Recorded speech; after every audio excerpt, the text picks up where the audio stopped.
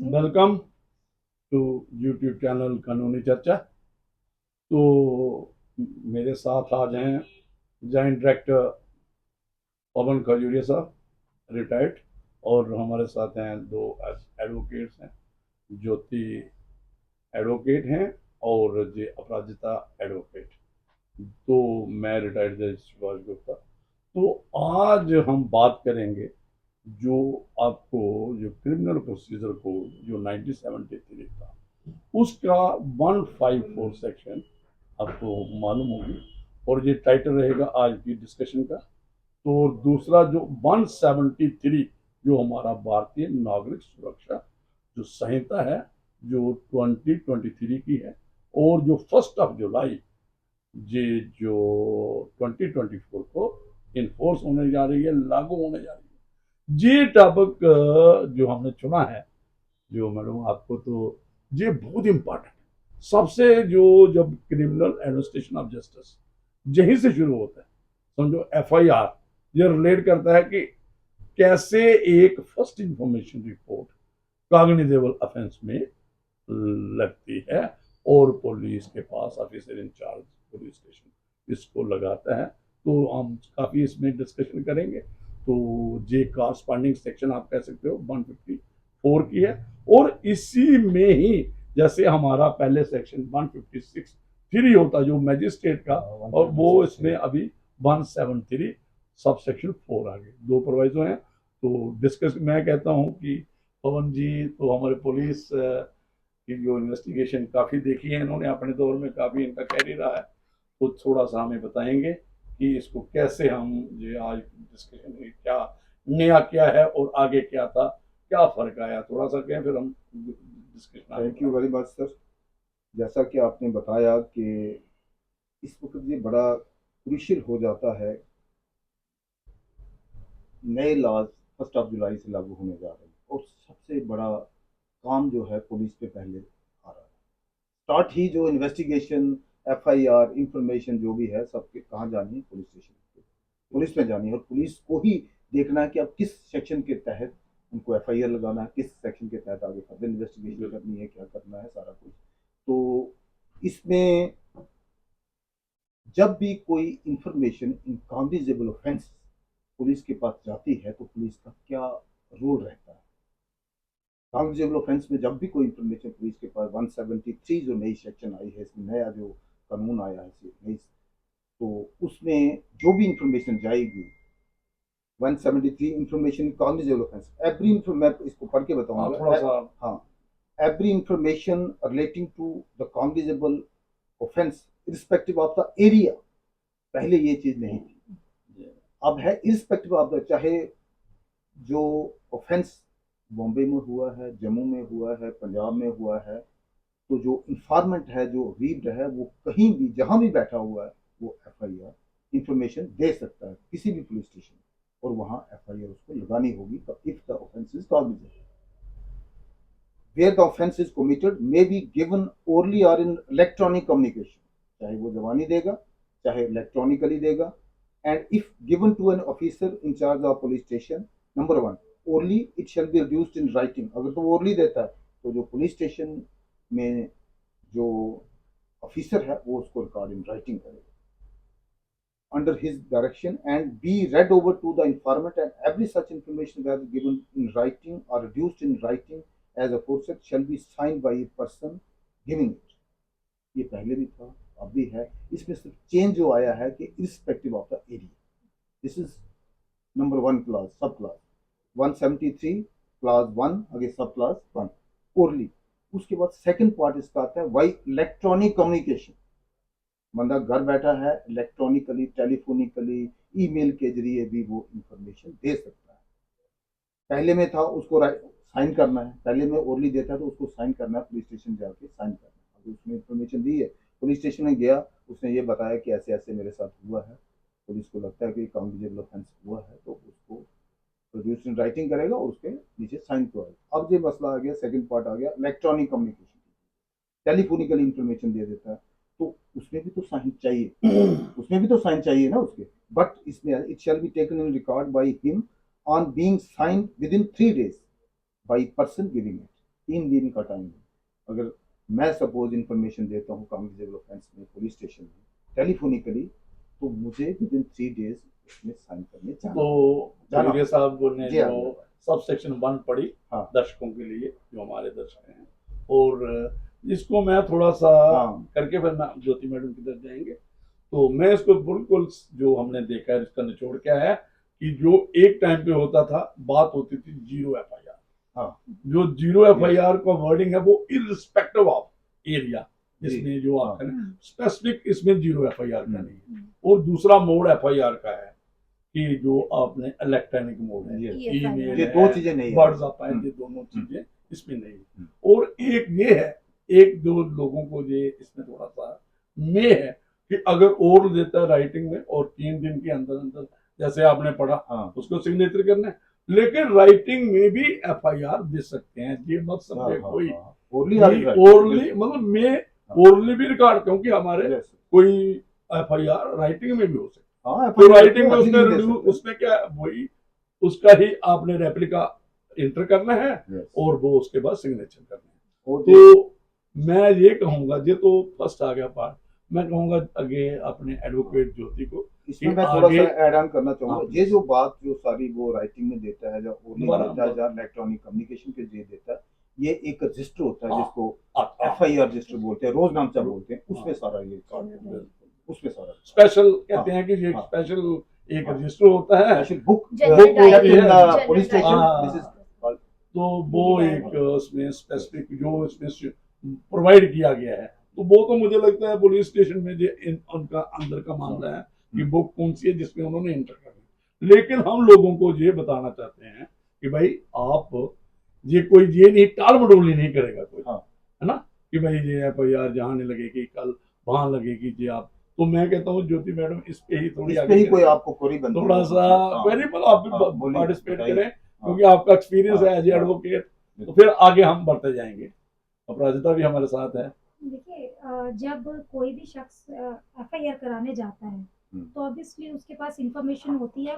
अभी हम कह सकते हैं कि साक्षरता उतनी नहीं है, तो इसलिए बहुत सारे लोग जो है वो ओरली भी करते हैं, फिर राइटिंग में भी देते हैं।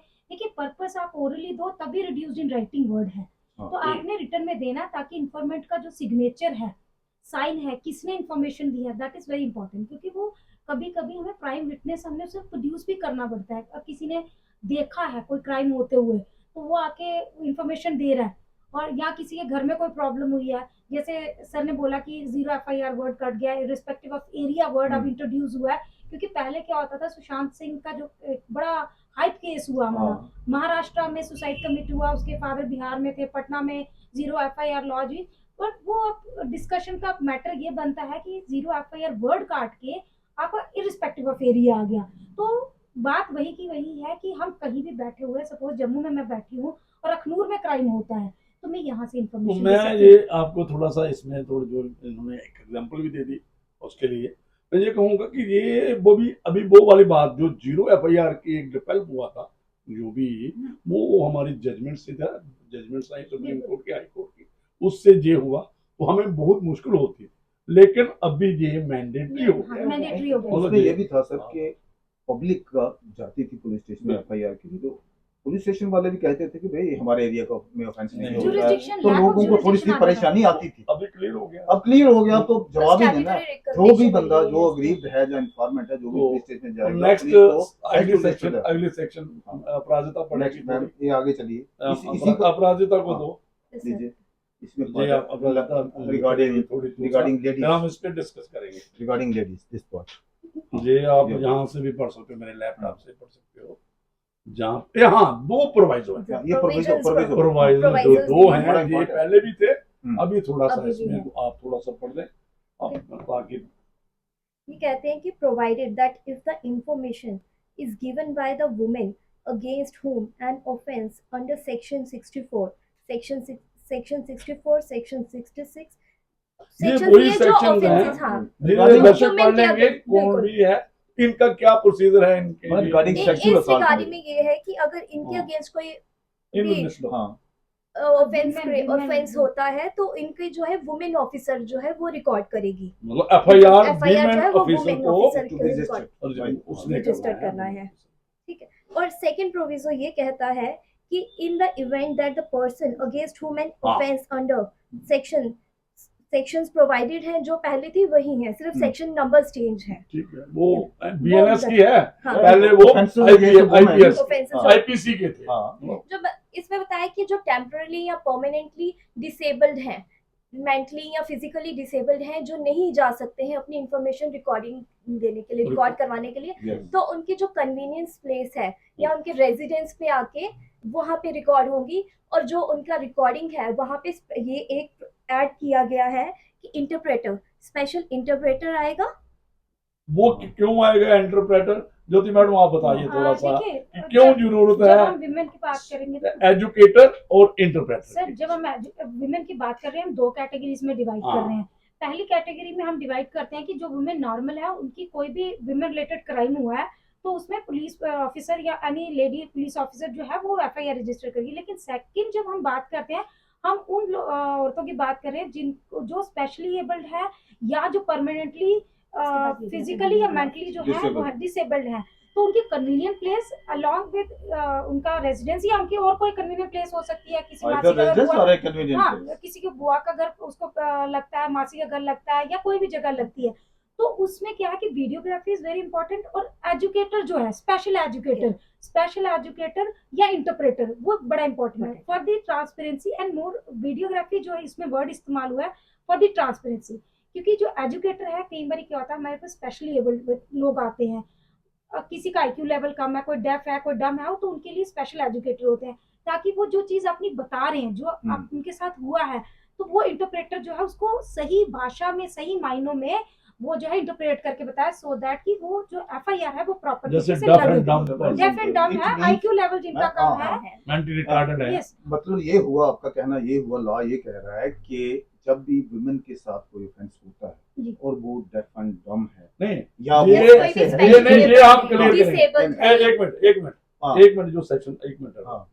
जो सेक्शन प्रोवाइजर सेकंड है, ये इसमें वुमेन का रेफरेंस नहीं है, जो सभी के लिए ये Whosoever is particularly mentally और challenged है। हाँ, challenged ये तो है, सभी, mentally इससे और पहले physically पहले वाला, वाले की ये बात वाला कर स्पेशली वुमेन के साथ जब पहला वुमेन वाला क्या, तो वुमेन तो physically- उसमें वुमेन के साथ कोई ऑफेंस होता है तो उसमें ये क्लियर वुमेन हो रहा है कि ऑफिसर ही रिकॉर्ड वुमेन ऑफिसर ही करेगा और उसके रेजिडेंस पे जाएगा। जाएगा। रेजिडेंस और कन्वीनियंट दो ही है। पर अगर ऑफेंस हुआ विमेन के साथ हाँ। And she is specially abled, now उसमें दोनों वुमेन हाँ। ऑफिसर भी आएगी और सेकंड प्रोविजो भी हाँ, आएगा। दोनों आएंगे, और दोनों उसमें एक प्रोविजन ये भी ऐड होता है कि वो वीडियोग्राफ्ट होगा, जो भी हाँ। उसकी रिकॉर्ड Yes. होगी, एफआईआर बिल्कुल। इंफॉर्मेशन रिकॉर्ड होगी, उसकी वीडियोग्राफी और लास्ट में एक और इम्पोर्टेंट चीज है कि एज सून एज पॉसिबल उसका स्टेटमेंट जो है वो रिकॉर्ड होगा Judicial मैजिस्ट्रेट magistrate के के पास, साथ। judicial magistrate के पास। वो उसमें आ गया। क्यों करवाना है कि इन्वेस्टिगेशन, जैसे हमारा 164 करवाते this is part of investigation. 183 आया है इसमें। अब एफआईआर तो हो गया, Yes. एफआईआर तो हो गया, उसमें immediately as early as possible उसका स्टेटमेंट जो जो है है वो रिकॉर्ड होगा।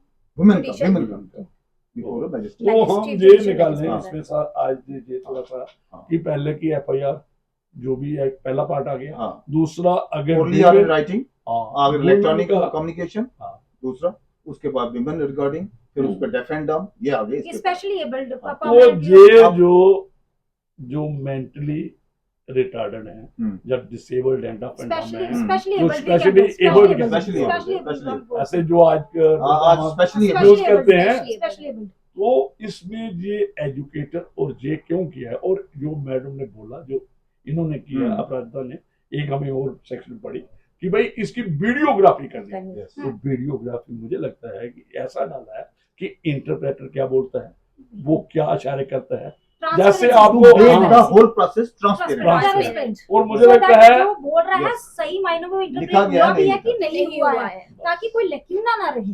क्लियर। वो नेचुरली वो इशारे करेगा, गेस्चर्स करेगा, साइंस में बात करेगा। मुझे नहीं और लगता कई बार है, क्या होता मुझे है, नहीं वो ऐसी लगता है कि भाषा कोई में इसमें बातें- लेकुना छोड़ा है मतलब लेजिस्लेशन। ये लगता चीजें नहीं। जो मुझे बिल्कुल लगता है clear जैसे अवाल्व होता है, अब इसके बाद नेक्स्ट आता है सर, जजमेंट्स आती रहती है ना, तो फिर ये हाँ। चीजें ऐड आती हैं, ये- जो हमें डिफिकल्टीज आती हैं, हाँ, वो एड ऑन वो फिर जो लॉ आता है, वाल्व होता है, हाँ, जजमेंट्स आती हैं, तो ये चीजें जो भाई ये जो मेंटली डिसेबल्ड लोग हैं या एबल्ड करते हैं, स्पेशली एबल्ड Especially लोग, abled। हाँ, जो आप लोग जो यूज करते हो ऑनरेबल तरीके से भाषा, तो इन लोगों की जो सिग्नेचर हैं, जो ताकि ये इनकी जो और कोड में एविडेंस भी ऐसे ही होते हैं, बिल्कुल जो एविडेंस इंडियन एविडेंस एक्ट, जो भारतीय न्याय साक्ष्य साक्ष्य अधिनियम वाला, उसमें भी ऐसा ही प्रोविजन है, ताकि ये ट्रांसपेरेंसी, जैसे आपने कहा, इन्वेस्टिगेशन के दौरान भी और खासकर एफआईआर लगने के बाद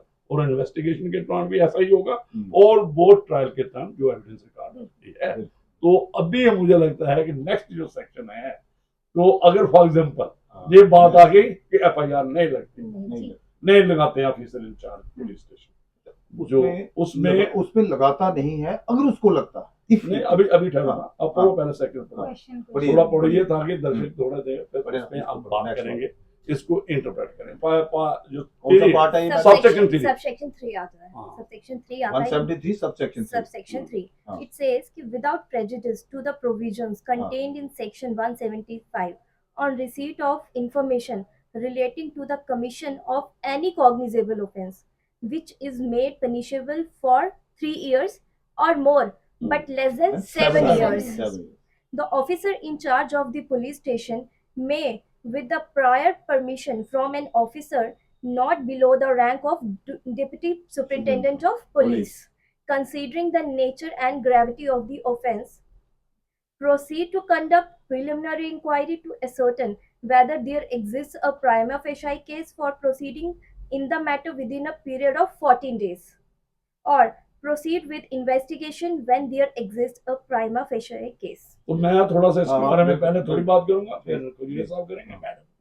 तो ये हमने, मुझे लगता है कि ये जो बात हुई है इसमें ये नई चीज है, पहले बार है, और ये आप ललिता कुमारी की जजमेंट थी जो इस पे बात होती थी। तो पहले क्या था, कोई भी मतलब वो कहता 156 जो 3 था वो मैजिस्ट्रेट इन्वेस्टिगेशन, तो मैजिस्ट्रेट जो ऑर्डर करता था इन्वेस्टिगेशन, तो ऑब्वियसली इन्वेस्टिगेशन स्टार्ट होगी with the lodging of FIR. तो एफआईआर जो थी वो कहते थे यार एफआईआर हमने लगा दी, क्या सच्चा मामला है, झूठा मामला है, क्या मामला है, तो उसमें कोई डिस्क्रिप्शन नहीं दी थी जो ललिता कुमारी की जजमेंट। और कुछ बातें बाद में डेवलप हुई कि भाई कुछ में उन्होंने एक्सेप्शन रखी, मैट्रिमोनियल केस है, करप्शन केस है, वो ऑफिसर के, तो उसमें तो बाइंडिंग था पुलिस को लगाना। तो एक और श्री प्रियंका श्रीवास्तव की, उसने कहा कि यार हो सकता पुलिस के पास आपके ही नहीं, ऐसे ही तो एसपी के पास नहीं है, जो इसका प्रोसीजर था 154 और 156 जो 154 में था एसपी तक और 156 में तो वो बात जो हुई, तो उन्होंने कह दिया भाई नहीं ये सारा आप है।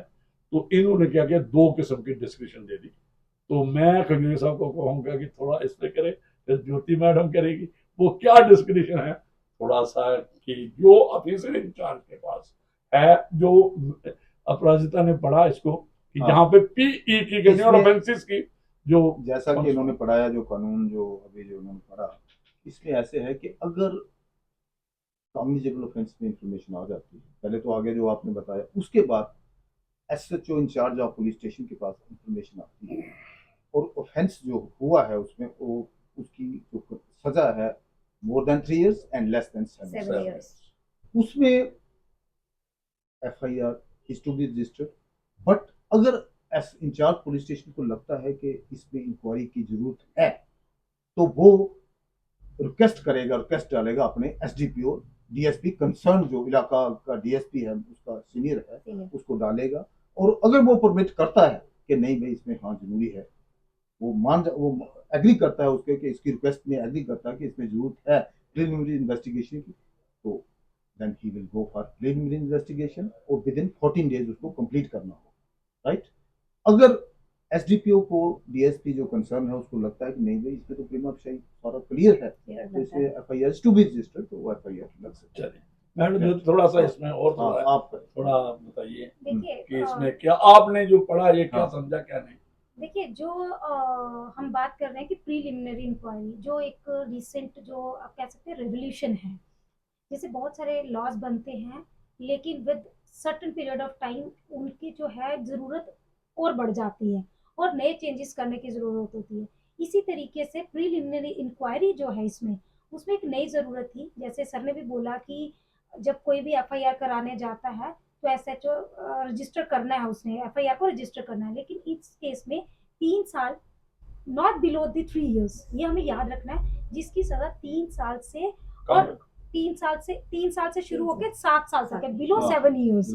तो इस चीज को हमें हमेशा याद रखना है कि ये 3 से 7 के बीच का जो पनिशमेंट पीरियड है, इस इन केसेस में जो है, पहली तो इवेंचुअलिटी बनती है कि अगर एसएचओ को लगता है, कंसर्न इंचार्ज को, कि भाई एफआईआर लगानी है तो वो लगा देगा, प्राइमा फेसाई उसने देख लिया। लेकिन अगर जहाँ पे उसको थोड़ा डाउट क्रिएट होता है कि प्राइमा फेसाई नहीं बन रहा है, देन वो अपना जो सुपीरियर ऑफिसर है, not below the rank of deputy superintendent of police, तो वो उसके पास जाएगा, प्रायर परमिशन लेगा, इंक्वायरी करने से पहले वो परमिशन जो है सीख करेगा। जब उसको ये लगता है कि डीएसपी को या उसके सुपीरियर को, जो भी उस टाइम पे अवेलेबल होगा, कि ठीक है कि ये बिल्कुल आप इंक्वायरी कर सकते हो, आप प्राइमा फेसाई इसमें देख सकते हो, तो जब इंक्वायरी हो जाएगी, प्राइमा फेसाई जब बन जाएगा तो रजिस्टर हो जाएगी। अगर इन एनी इवेंचुअलिटी ये लगता है कि ये बनता ही नहीं है, तो ऑटोमेटिकली प्रीलिमिनरी इंक्वायरी जो है वो सर्टेन करेगी किसी चीज को कि क्या एफआईआर लगानी है या नहीं लगानी है। That is the sole purpose of preliminary तो ये जो आपकी जो जिस आपने बात की इस पे बड़ी इंपॉर्टेंट है और इसमें ब्रीकी है, और यहीं पे सारा जो हमारे ऑफिसर इंचार्ज एसडीपीओ जहाँ गलती कर देते हैं, बिल्कुल। और कई बार तो जो हमने जो पहले देखा है कि यहाँ पे मजिस्ट्रेट ऑर्डर करता था एफआईआर तब भी नहीं हुई, वो अपने लेवल पे ही, तो अभी ठीक हो गया जी, क्लियर हो गया, जो आपने कहा वाल्व हुआ, बात बिल्कुल क्लैरिफिकेशन हो गई, सीधा हो गया। लेकिन फिर डिस्क्रिप्शन की इसकी बात की आपने, मेरा ये अभी थोड़ा सा मैं एलैबोरेट करूंगा, आपने बहुत अच्छी तरीके से ये समझा दिया है बात।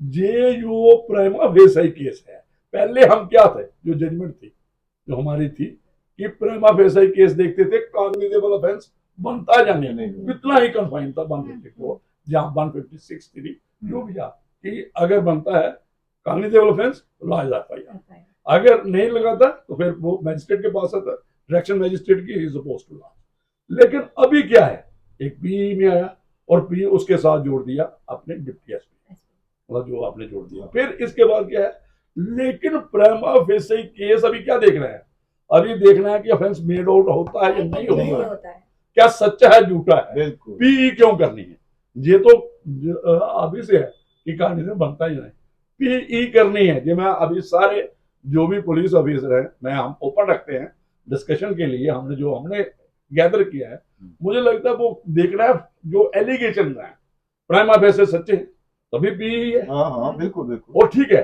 जो आप, मैं और भी एक इसको भी थोड़ा और कर देता हूँ कि ये भी हो सकता है कि क्या जो पीई में कॉग्निजेबल ऑफेंस बनता है, लेकिन ये जो इसमें है, जो दोनों चीजें आप ये पुलिस ऑफिसर देखेंगे कि इसमें क्या करना है, ऑफिसर इंचार्ज देखेगा कि ये कॉग्निजेबल के लिए है, जहां जो की एलिगेशन सच्चे हैं उस निस्बत पीई करनी है।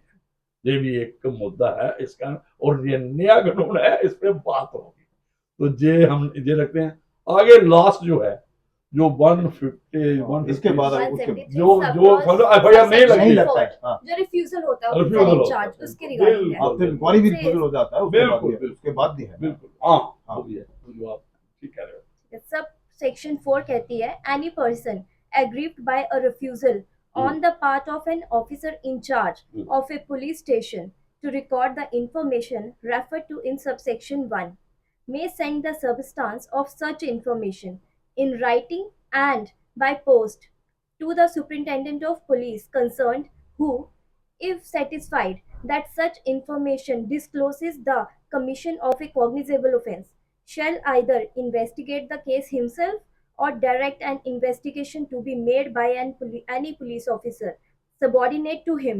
जहाँ रुक जाइए आप, जहाँ रुक जाइए। ये क्या हुआ, जैसे 154 कि अगर ऑफिसर इंचार्ज नहीं लगाता था तो फिर वो क्या कहता था, ऑप्शन रहती थी जो एसपी के पास जाना था, वो ही एक प्रक्रिया थी, ये एक प्रोसेस था। फिर आगे पढ़ो कि अगर वो भी नहीं लगाए फिर क्या है, फिर आगे Failing, it says कि in the manner provided by this Sanhita, and such officer shall have all the powers of an officer in charge of the police station in relation to that offence, failing which the अगर वो भी fail हो जाता he है may make an application under subsection 3 of section 175 to magistrate. हाँ, ये जो आ गया ये तो ये आप 156 लोग सब क्लास सीनियर 3 थी ना आप उसमें। जी। आप लोग सीनियर हाँ, लोग हो, ये 156 3 आ सब गया क्लास 3 आ हाँ। गया। 3 आ गया Three आ कि अगर ये उसकी जगह ऐसा कौन क्यों सी आ नहीं गई? लगा था? 156 3 की जगह कौन सी आ गई? 173 Five? subsection 4. और आगे तो इसमें अगर ये वो भी 10 नहीं हो लगाता गई, clear है। एसपी भी नहीं ना लगाता करता है? तो फिर एक एप्लीकेशन बनेगी, फिर मैजिस्ट्रेट फिर आप लोगों की जरूरत बनेगी, एडवोकेट हाँ। खुद भी जा सकता है।